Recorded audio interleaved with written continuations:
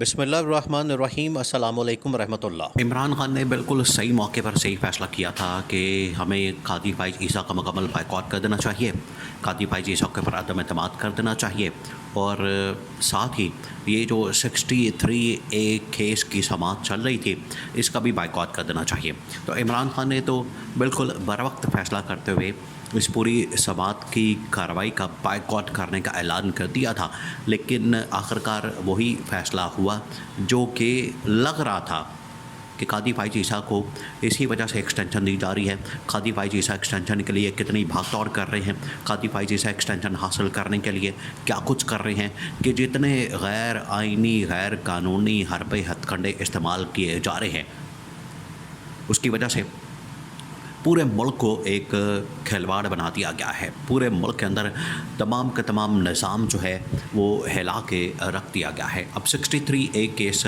جس میں حکومت کی نظر ثانی اپیل اس کو منظور کر لیا گیا ہے، اس کو مان لیا گیا ہے، اور 63A کیس کے تحت تمام کے تمام اپیلیں منظور ہونے کے بعد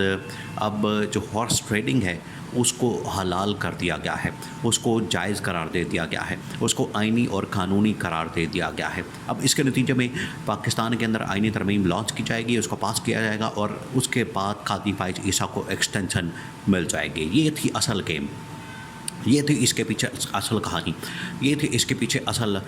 معاملہ اور چیز جس کی وجہ سے یہ 63A کیس کو 2-3 دن کے اندر نمٹا دیا گیا۔ دیکھیں اس کی پوری بیک گراؤنڈ کو سمجھیں، پوری کی پوری۔ جب سے آئینی ترمیم پاس کروانے میں ناکامی ہوئی تھی، قاضی فائز عیسیٰ کو اندازہ ہو گیا تھا کہ اگر یہ 10 دن کے اندر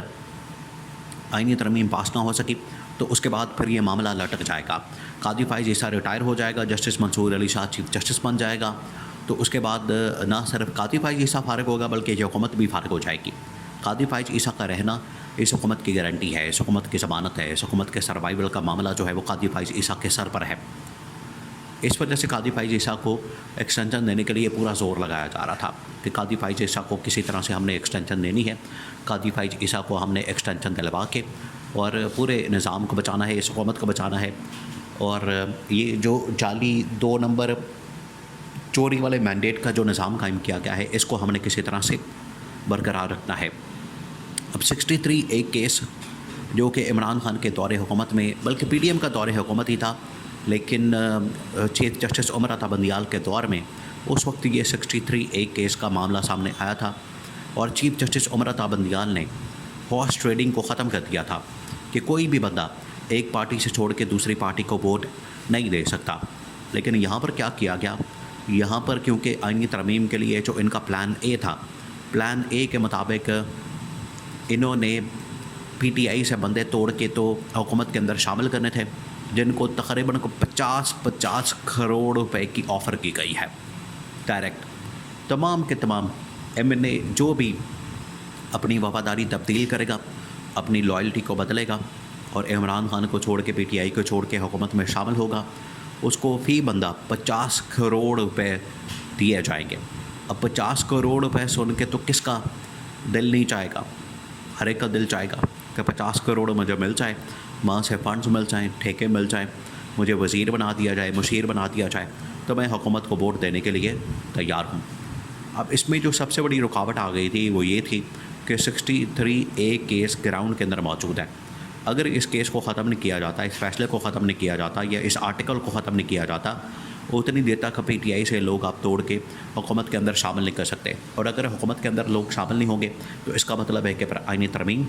نہیں ہوگی۔ تو 63A کیس کو لگانا ضروری ہو گیا تھا۔ پھر قاضی فائز عیسیٰ نے کیا کیا، خود ایک ججز کمیٹی بنا دی۔ ججز کمیٹی کے اندر جسٹس منیب اختر کو پہلے نکال دیا گیا، اس کے بعد جسٹس منصور علی شاہ نے اس کمیٹی کا بائیکاٹ کر دیا۔ قاضی فائز عیسیٰ نے نیچے سے بندہ ایک اپنی مرضی کا جج چن کے جسٹس امین الدین خان کو اس ججز کمیٹی کے اندر ڈال دیا، اور ججز کمیٹی کے اندر ڈال کے خود فیصلہ کر دیا، اور ایک بینچ بنا دیا، لارجر بینچ، 5 رکنی بینچ بنا کے، اور وہاں پر جسٹس منیب اختر کو پہلے تو ڈال دیا گیا۔ جسٹس منیب اختر نے اس بینچ کا حصہ بننے سے انکار کر دیا۔ جسٹس منیب اختر جس نے یہ فیصلہ لکھا تھا، جو یہ فیصلے کا آتھر تھا، جو اس فیصلے کے اندر موجود تھا، اس بینچ کا حصہ تھا، اور اس کو ہی بینچ سے نکال دیا۔ اس طرح کی مثالیں پاکستان میں پہلے کبھی نہیں ملتی، بلکہ دنیا کی قانون و انصاف کے اندر یا عدلیہ کے نظام کے اندر نہیں ملتی، لیکن پاکستان میں یہ پہلی مرتبہ ہو رہا ہے کہ ایسے شخص کو جس نے فیصلہ لکھا ہے، جس نے پورا فیصلہ سنا ہے، جس نے پورا فیصلہ سنایا ہے، جس نے یہ فیصلہ دیا ہے، جس نے یہ پورا کیس سنا ہے، اس کو ریویو پٹیشن کے اندر بینچ کے اندر شامل ہی نہ کیا جائے۔ تو اس سے صاف نظر آ رہا تھا، ان کی نیت صاف نظر آ رہی تھی، ان کی حرکتوں سے پتہ چل رہا تھا کہ 63A کا جو کیس چل رہا ہے، انہوں نے حکومت کے حق میں فیصلہ دینا ہے تاکہ آئینی ترمیم کا راستہ ہموار کیا جائے۔ اسی وجہ سے جب عمران خان کے پاس عمران خان کے وکیل پہنچے، عمران خان کے وکیل نے جا کر ملاقات کی کہ سپریم کورٹ کے اندر یہ چل رہا ہے، تو عمران خان نے دو ٹوک انداز میں قاضی فائز عیسیٰ کے پر عدم اعتماد کر کے کہا تھا کہ ہمیں اس کیس کی بائیکاٹ کرنا چاہیے، ہمیں اس کیس سے الگ ہونا چاہیے، ہمیں اس کیس کا مکمل طور پر بائیکاٹ کر کے اپنے آپ کو الگ کر لینا چاہیے۔ عمران خان نے تو بڑا زبردست فیصلہ کیا اور عمران خان نے اپنے آپ کو اس سے الگ کر لیا، اس کیس کی بائیکاٹ کیا، اس کیس کا بائیکاٹ کیا۔ بائیکاٹ کرنے کے بعد قاضی فائز عیسیٰ نے 2 منٹ نہیں لگائے اور فیصلہ سنا کے حکومت کے حق میں فیصلہ دے دیا، حکم دے دیا۔ اب ہوگا یہ کہ آئینی ترمیم کے لیے راہ ہموار کر دی گئی ہے،